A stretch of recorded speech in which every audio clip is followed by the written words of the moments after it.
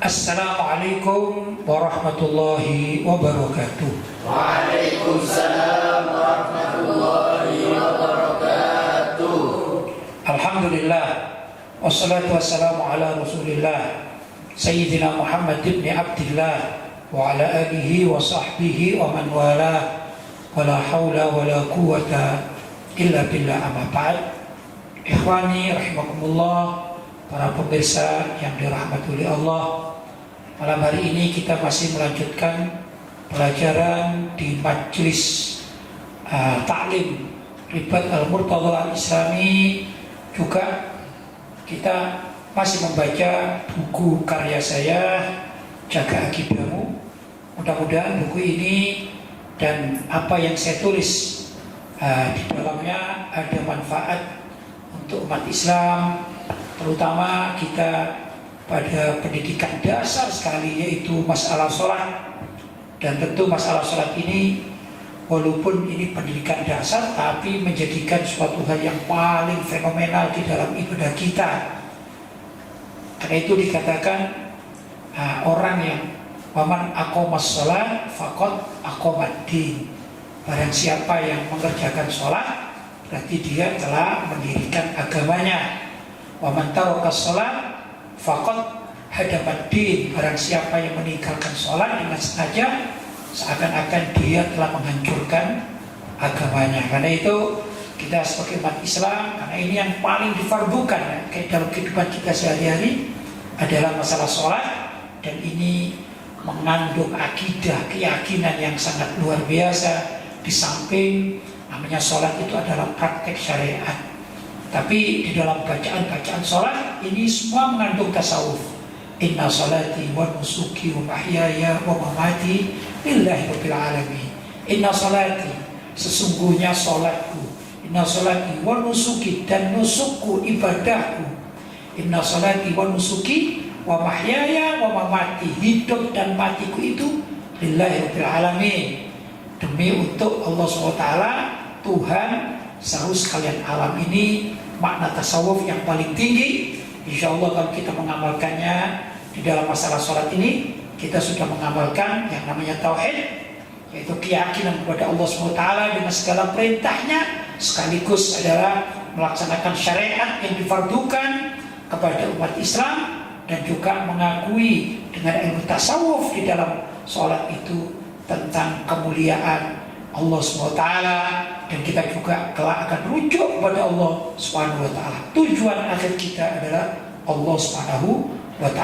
Itulah yang dikatakan musul atau sampai kepada Allah SWT. Untuk itu mari kita tengok bagaimana sih tentang sholat itu menurut para ulama salaf, terutama juga menurut para sahabat, gimana pandangan mereka tentang sholat. Ayo kita simak berikut ini.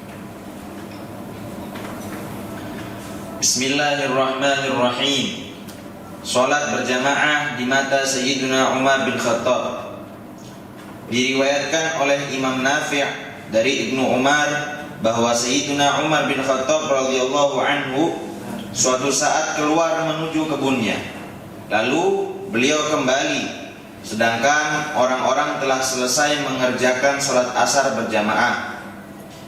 Maka beliau berkata, "Aku sedekahkan kebunku untuk orang-orang miskin," karena beliau menelusuri kebunnya sampai ketinggalan sholat berjamaah. Subhanallah, ini sholat berjamaah ya, bukan sekedar sholat, tapi ini sholat berjamaah dalam pandangan Sayyidina Umar bin Khattab radhiyallahu taala anhu. Sholat saja ini sudah mempunyai makna yang sangat luar biasa, apalagi kalau sholatnya berjamaah. Jadi suatu saat Sayyidina Umar bin Khattab karena suatu hajat, yaitu pekerjaannya, beliau keliling kebun, beliau kena pemilik kebun kurma ya, hingga beliau ini telat sholat berjamaah. Begitu kurang lebih ini peristiwanya. Lanjut. Pada suatu hari beliau disibukkan oleh suatu urusan hingga tertinggal sholat maghrib berjamaah. Maka beliau membebaskan 2 orang budak sebagai tebusannya. Luar biasa. Kalau yang tadi yang disedekahkan karena meninggalkan sholat berjamaah, ya kemungkinan seperti zuhur, asar gitu ya, ini waktunya bekerja. maka beliau menyedekahkan kebunnya. Kalau ini waktu maghrib, maka beliau memerdekakan budaknya. Hanya karena apa? Telat sholat berjamaah. Ini luar biasanya para ulama-ulama salaf kita, khususnya Sayyidina Umar bin Khattab radhiyallahu ta'ala anhu, dalam menghargai nilai sholat berjamaah. Begitu ini ya. Kalau kita kadang-kadang tidak sholat berjamaah seperti biasa-biasa saja. Tapi kalau ulama-ulama merasa kalau tidak sholat berjamaah itu berdosa perasaannya. Karena merasa berdosa, bukan karena berdosa, tapi merasa berdosa sampai Sayyidina Umar bin Khattab radhiyallahu ta'ala anhu harus mengeluarkan hartanya berupa kebun disedekahkan atau juga memerdekakan budak. Perlu diketahui ya ikhwan, budak di zaman itu barangkali nilainya kalau dijual itu ya setara dengan orang memiliki onta yang baik begitu. Karena budak di sini yang diambil manfaatnya adalah tenaganya. Jadi budak yang dimiliki itu bisa dimerdekakan, bisa dijual belikan ya. Kalau kita nilai onta zaman sekarang mungkin di Indonesia sulit ya. Tapi kalau sapi di Indonesia ada sapi yang harganya sebut aja sampai 15 juta gitu ya, atau 20 juta kalau sapinya besar. Kalau onta lebih mahal lagi. Mungkin kita perkirakan aja onta itu sekitar 25 juta sampai 30 juta kalau dijual di Indonesia. Masalahnya kan tidak ada di Indonesia ya. Nah, budak pun dihargai seperti itu. Jadi karena tidak sholat berjamaah sampai-sampai sebut saja beliau bersedekah 2 orang budak, berarti sebut 25 juta kali 2 berapa? 50 juta. Kenapa? Karena tidak sholat berjamaah. Begitu pandangan Sayyidina Umar bin Khattab radhiyallahu ta'ala anhu. Yang 50 juta rasional ya kalau dihargai dengan kebun, tergantung kebunnya ya. Artinya orang punya kebun yang seharga 50 juta juga ada kan ya. Jadi begitu Pak. Intinya bukan nominalnya, tapi bagaimana mereka khususnya Sayyidina Umar bin Khattab menghargai sholat berjamaah. Saking luar biasanya nilai sholat berjamaah. Tatkala beliau ketinggalan sholat berjamaah, tidak sholat berjamaah, langsung bersedekah sebut saja 50 juta. Adakah di antara kita yang seperti itu? Sulit menemukannya hanya karena tidak sholat berjamaah. Luar biasa. Lanjut. Betapa penting dan besarnya sholat berjamaah dalam pandangan khalifah yang sangat adil Sayyiduna Umar bin Khattab radhiyallahu anhu ini, hingga beliau keluarkan sedekah kebun serta memerdekakan 2 orang budak dengan tujuan agar pahala sedekahnya itu dapat mengganti hilangnya pahala sholat berjamaah yang beliau tinggalkan. Ini maksudnya ya. Jadi bukan karena sedekah itu saja, menginginkan pahala sedekah itu bisa mengganti agar sholat jamaah yang telat itu tergantikan. Jadi nilainya sangat luar biasa di mata Sayyidina Umar bin Khattab. Mudah-mudahan kita juga merasa demikian. Kalau dalam seminggu tidak sholat berjamaah 1 kali saja, sebaiknya kita ini bersedekah berapa? 50 juta. Begitu kalau memang benar-benar sholat kita jadikan tiang agama. Bukan kita asal-asalan, ala telat, biasa aja merasa. Ini keimanannya jelas tipis. Tapi kalau keinginannya seperti Sayyidina Umar bin Khattab, gimana memperlakukan sholat berjamaah? Telat yang mau beliau. Kalau telat, dia harus menggantikan sejumlah uang yang beliau miliki. Begitu kurang lebih. Lanjut.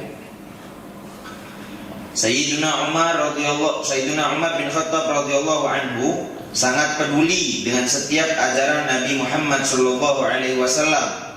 Seperti sabda beliau, sholat yang paling berat bagi orang munafik adalah sholat Isya dan sholat subuh.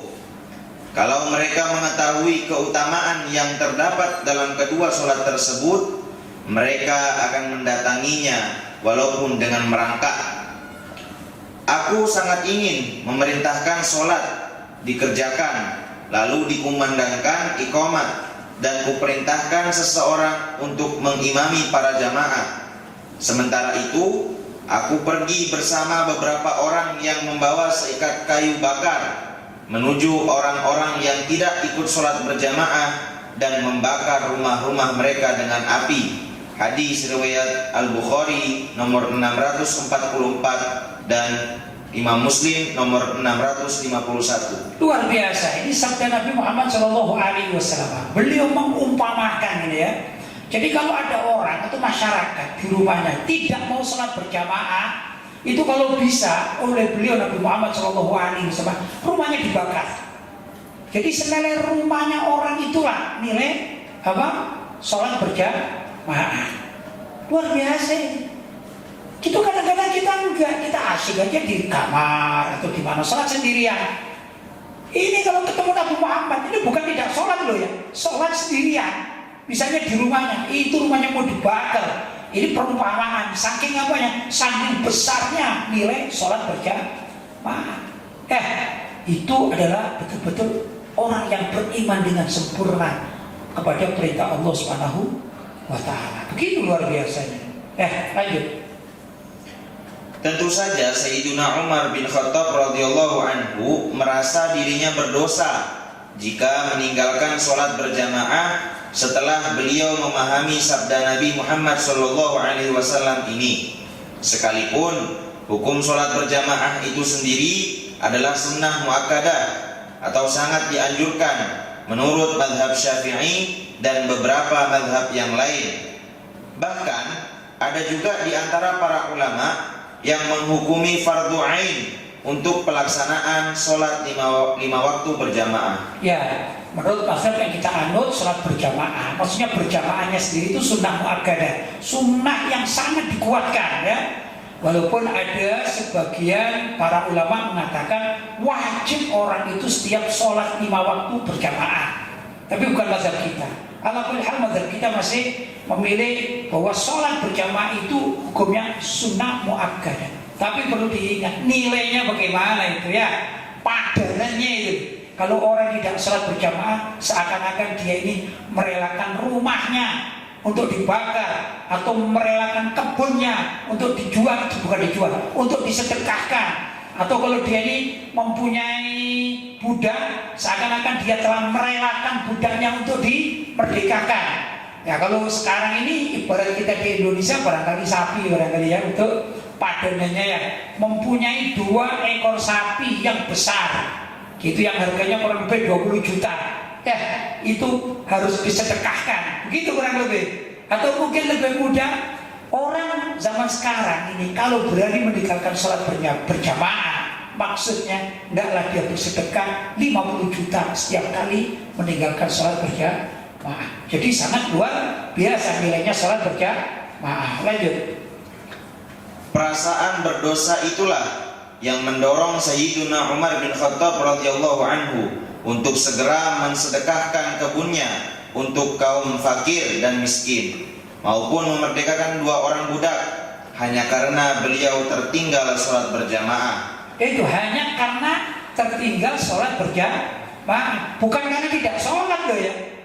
Beliau tetap sholat, tapi sholat sendirian, tapi merasa berdosa sampai-sampai perlu mengeluarkan sedekah dari kebunnya atau memerdekakan budaknya. Kalau bla bla bla gambaran kita zaman sekarang ya nggak sama tentunya ya, tapi gambaran kita zaman sekarang kalau tidak sholat berjamaah merasa berdosa agar tidak ketinggalan berjamaah atau agar dosanya itu dan dia bisa digantikan, maka dari dia bersedekah berapa? Sekitar 50 juta. Pahala sekitar 50 juta itu sebagai pengganti dia tidak sholat berjamaah. Luar biasa.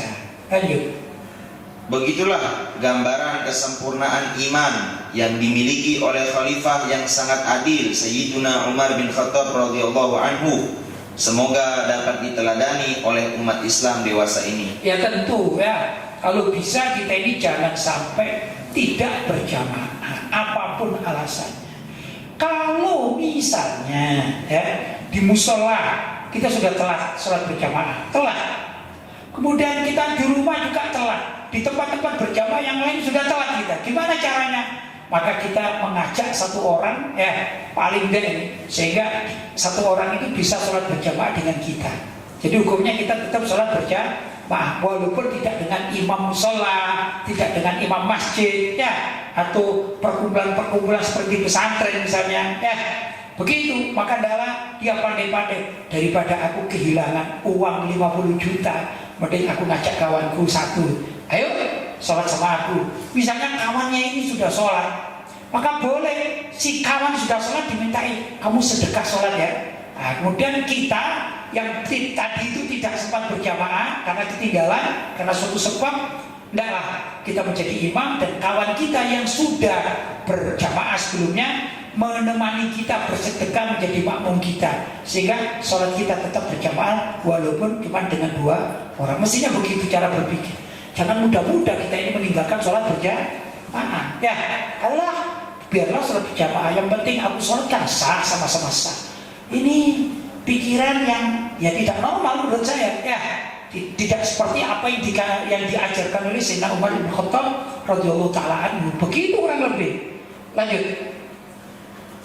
Sholat Jumat adalah wajib bagi kalangan kaum muslimin laki-laki. Itu masuk kita bahas sholat Jumat. Ini kan penting ya. Kenapa sholat Jumat itu wajib berjamaah? Ini utamanya di sini. Ya, karena wajib berjamaah. Orang sholat Jumat sendirian tidak sah.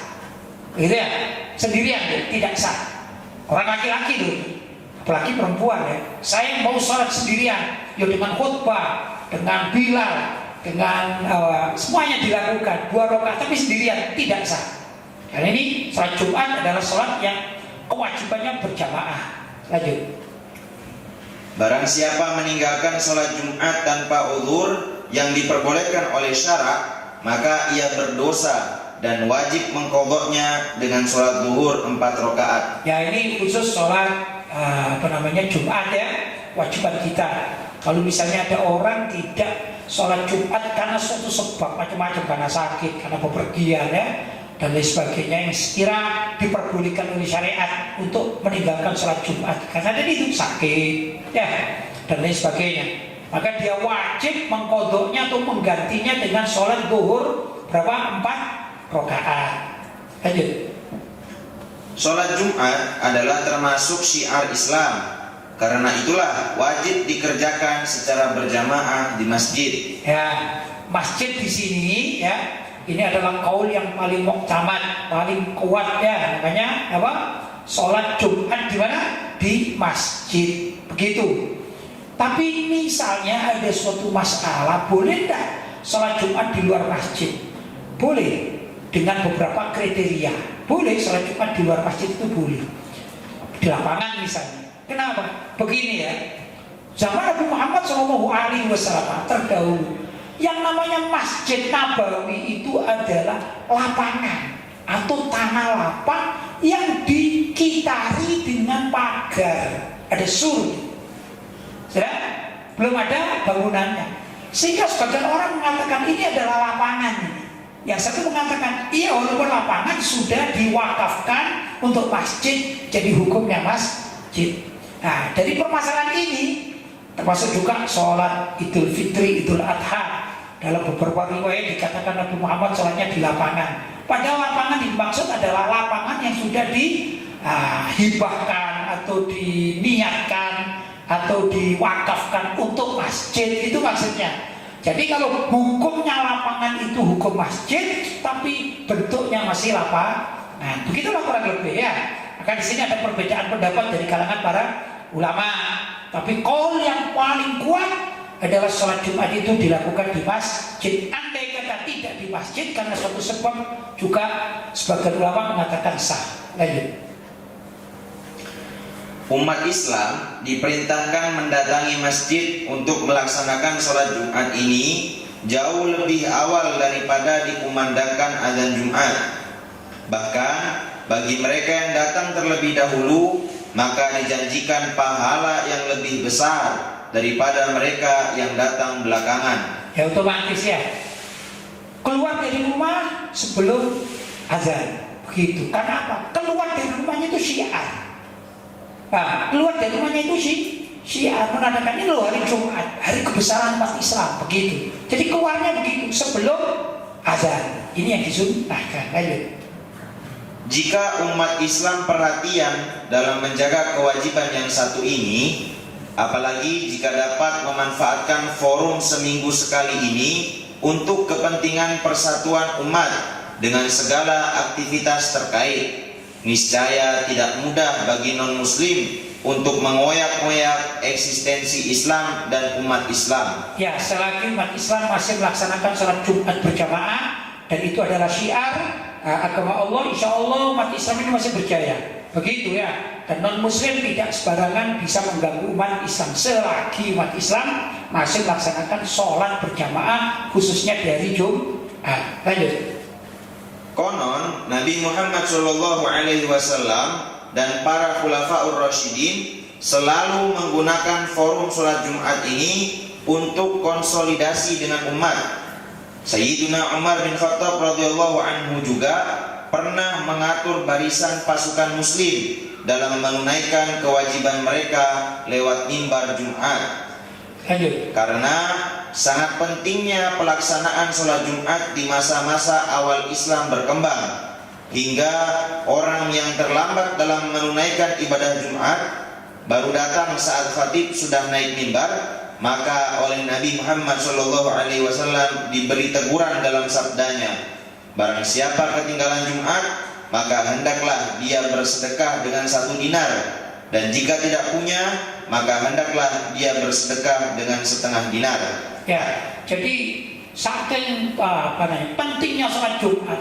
Di awal-awal sholat Jumat itu Nabi memerintahkan atau menganjurkan kalau ada orang yang telat sholat Jumat, misalnya, hendaklah dia bersedekah. Berapa? 1 dinar. Tapi andai kata dia tidak punya uang 1 dinar, ya bolehlah 1/2 dinar. Begini ya, dinar dengan dirham. Dirham itu lebih murah daripada dinar. Mungkin kalau bahasa kita, dinar itu ibarat juta. Jadi 1 dinar mungkin bicara 1 juta. Jadi berat. Ya. Sedangkan dinar bisa dikatakan puluh lah. 10 misalnya. 1 dirham. Kalau dirham lebih rendah. Paham ya? Jadi kalau orang itu bicara dinar, ini nilainya sangat tinggi. Kenapa? Karena uang dinar itu kursnya menggunakan emas, sedangkan uang dirham kursnya menggunakan perak. Begitu kurang lebih. Sedangkan emas itu jauh lebih mahal daripada perak. Kalau sekarang di Indonesia mungkin lebih dikatakan kalau kamu telat sholat Jumat, maka dalam kamu bersedekah 1 juta rupiah. Begitu lah lebih. Tapi kalau kamu tidak punya, bolehlah 500.000. Barangkali begitu ya. Lanjut. Jadi jika ada di kalangan umat Islam yang terlambat mendatangi masjid untuk sholat Jumat, meskipun ia tidak ditegur atau ditanyakan, apalagi dihukum oleh takmir masjid, seharusnya ia menghukum dirinya sendiri dengan cara bersedekah sesuai anjuran Nabi Muhammad SAW, sehingga keterlambatan dalam ibadah Jumat tidak terulang kembali, apalagi sampai menjadi kebiasaan. Ya, itu kan zaman itu diibaratkan Nabi Muhammad itu berlaku kalau zaman sekarang dianggap seperti ketua takmir masjid, kan gitu kan ya, sehingga berani mengumumkan sesuatu yang telah dihukum. Kurang lebih begitu ya. Zaman Nabi Muhammad yang telah akan dihukum apa? Hukumnya adalah bayar atau bersedekah 1 dinar.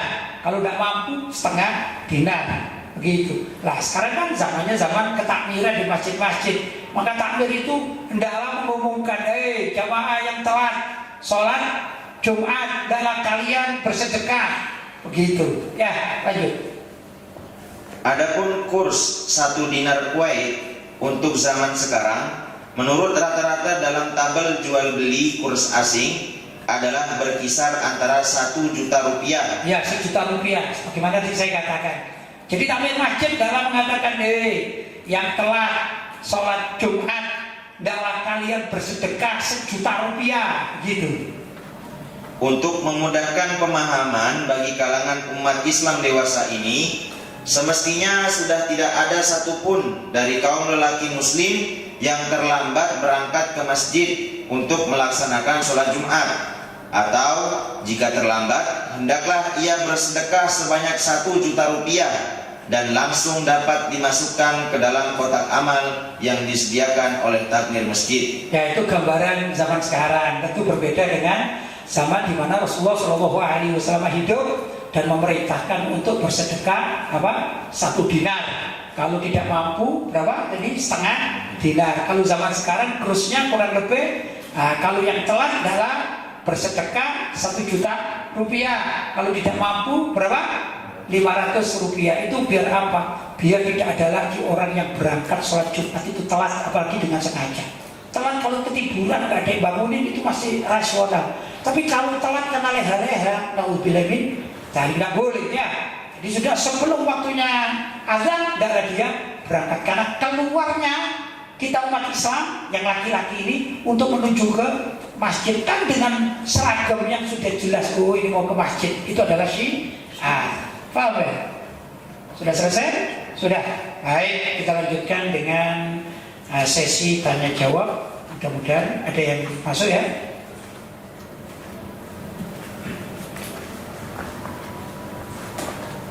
Silakan.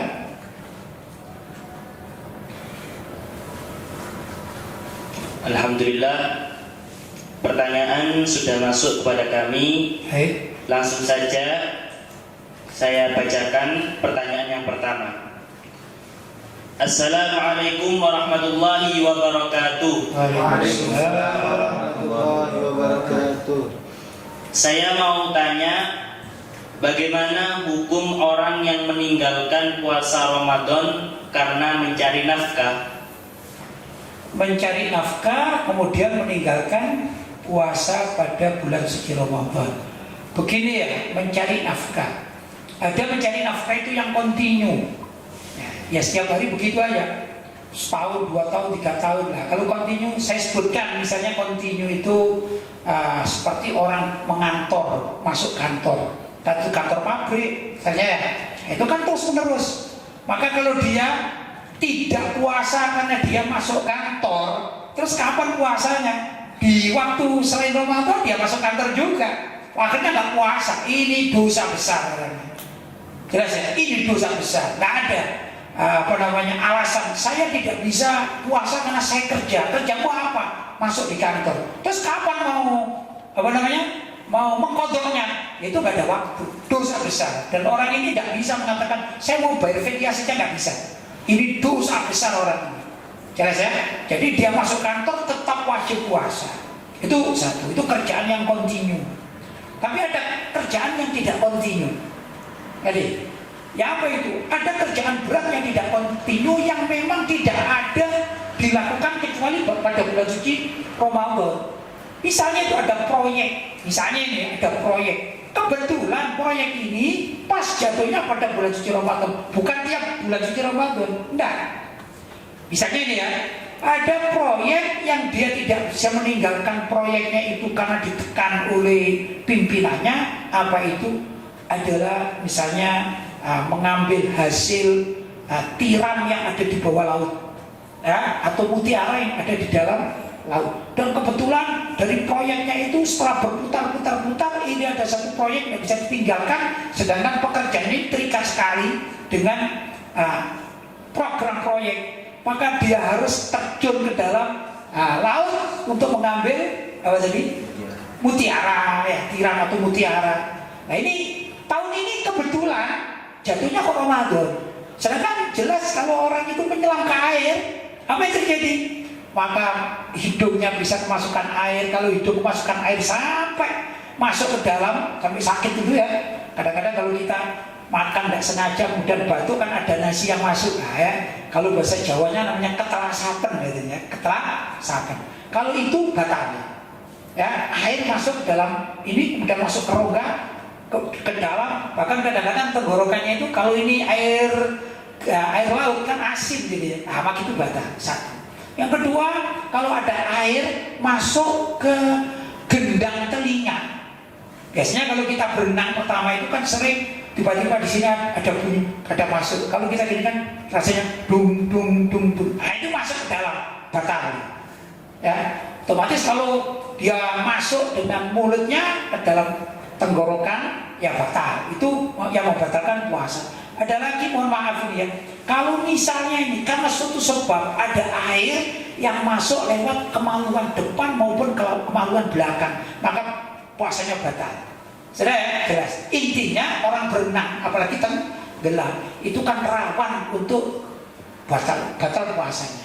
Ya, maka orang yang kebetulan bekerja seperti itu tidak ada pilihan lain kok waktunya hanya Ramadan, dia boleh untuk tidak berpuasa, namanya darurat. Tapi wajib apa? Mengganti di bulan yang lainnya. Begitu ya. Bukan terus enak-enak kan, enggak, wajib mengganti di bulan lainnya. Dia boleh tidak berpuasa karena suatu sebab yang memang darurat. Maka pekerjaan dia ini tadi ya yang menyelam dan segala macam itu menyebabkan dia tidak bisa berpuasa, kan berat gitu ya. Nah, maka dia boleh tidak berpuasa dan diganti bulan berikutnya, begitu ya. Tapi tetap namanya qadha puasa Ramadan. Nah, tapi kalau kerja-kerja yang rutinan, gojek misalnya, sopir misalnya, apalagi ya, orang pekerja di pasar, tidak bisa mengatakan, lo kerjaan saya itu memang begitu. Kalau zaman dulu ada tukang becak misalnya, tukang becak berat, kerjaan saya seumur hidup tukang becak, maka saya nggak kuat, nggak bisa, nggak ada alasan kayak gitu. Dia wajib tetap untuk berpuasa. Gimana caranya? Ya dia mengoper waktunya, dia kerjanya malam hari begitu. Dan ini sudah banyak dilakukan oleh umat Islam. Ada yang kata mempunyai suatu pekerjaan yang tidak bisa dilakukan siang hari, dilakukan malam hari, sore hari atau malam hari. Sama juga dengan orang jualan. Orang jual makanan itu, orang yang pandai dan imannya kuat, dia penjual makanan. Nasi misalnya, dia tidak akan menjual siang hari karena imannya kuat. Dia takut kepada Allah SWT. Bukan takut kepada non muslim, bukan, tapi takut kepada Allah, maka dia tidak akan membuka warungnya di siang hari. Begitu juga menghormati orang Islam yang berpuasa. Kapan dia akan jualan? Ya malam habis tarawih sampai subuh. Begitu ya. Itu boleh, dan itu banyak dilakukan oleh umat Islam yang kuat imannya. Jadi intinya tidak boleh ya, tidak boleh kecuali dalam keadaan darurat. Paham?